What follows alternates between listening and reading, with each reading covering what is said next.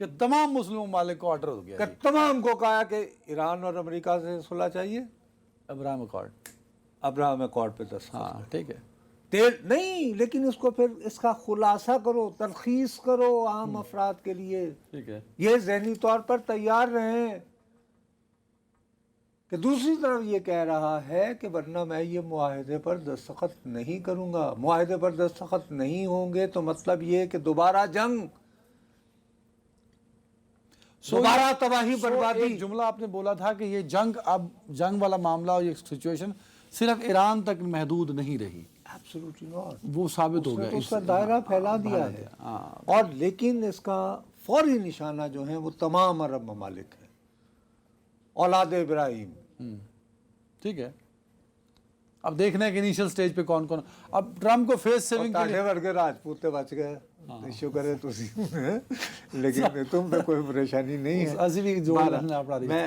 میں ویسے بتا رہا ہوں کہ یہ تو اب کیا کریں اس طرح کے معاملات میں. بس معاملہ مزید سینسٹیو ہو گیا اس کے بعد. میں نے بریک لینی ہے. بہت زیادہ حساس، بہت زیادہ نازک.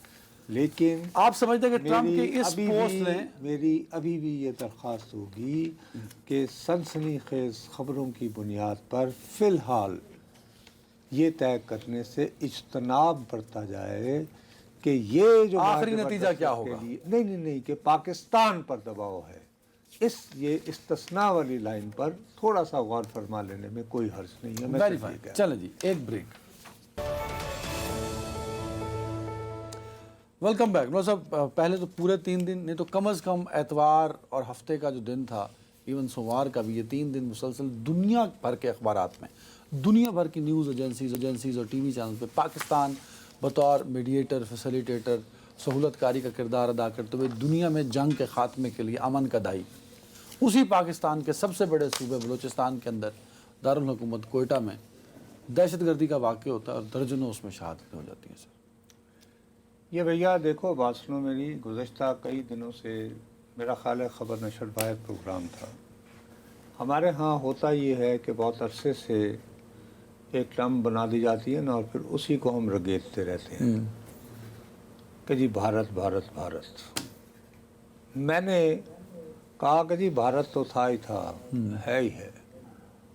ہم نے، میرا خیال ہے کہ اس سال کے آغاز میں بہت کھل کر یہ بات کہی تھی کہ سب اب اسرائیل بلوچستان میں انٹرسٹ لے رہا ہے. ہاں یہ بات ہم نے کی تھی. بلکہ اور اس کے بعد ادارہ تھا ان کا تھنک ٹینک میموری، اس کا بھی، اور اس کے اندر ہم نے باقاعدہ ہم نے کہا کہ یہ دیکھیے جی حرب عالمی کا آرٹیکل چھپا ہوا ہے جس میں انہوں نے کہا ہے کہ یہ دنیا ادھر ادھر کیوں پریشان ہو رہی ہے. ہم بلوچوں کو تھپکی دے اور ہم ایران کے حصے بکھرے کروا دیتے ہیں. یاد ہوگا اس سے قبل جو ہے وہ کردوں کو بھی، میرا خیال ہے یہ جن دنوں نیتن یاہو نے خاموشی اختیار کیے رکھی ہے، ان دنوں وہ دوبارہ اپنے پلان بی پہ واپس گیا ہے. پلان بی یہ کہ اس کو یہ شک ہوا کہ یار اگر ٹرمپ جو ہے وہ سعودی عرب اور قطر وغیرہ اور پاکستان کے دباؤ میں آ کر فی الوقت ایران کے ساتھ صلح کرنا چاہ رہا ہے تو اس میں مین کلپریٹ کون ہے. میں دوسرا کام ڈال لوں. ٹھیک ہے. اس میں مین کلپریٹ نہیں، اس میں مرکزی اس کے کردار میں ملزم کون ہے؟ پاکستان ہے اس کی نظر میں، اس کی پاکستان کی. تو لہٰذا ایسا کریں کہ پلان بی کریں. پلان بی دوسرا ایک تو یہ کہ پاکستان کو کہیں کہ اچھا جی، اور یہ باقاعدہ ریپیٹڈلی. سر میں آپ کو انتہائی ذمہ داری سے بہت سارے سفارتی حلقے، جن میں سے ایک سفارتکار کا اس وقت پاکستان میں موجود نہیں ہے، میرے پرانے خارجہ امور کے تجربے کی بنیاد پر میں آپ کو یہ اطلاع دے رہا ہوں کہ اسرائیل ریپیٹڈلی واشنگٹن کو یہ کنوے کرتا رہا کہ صاحب پاکستان تو آلریڈی ہمارے مخالف ہے. اگر آپ کو مصالحت کاری کروانی ہے، جے ڈی وینس وغیرہ کو بھیجنا ہے، تو آپ کم از کم کسی ایسے ملک کو تو بھیجیں جہاں پر کہ جنہوں نے معاہدہ یعنی ابراہم اکارڈ میں شامل ہیں. وہاں نہیں تو جنیوا تو بھیجیں.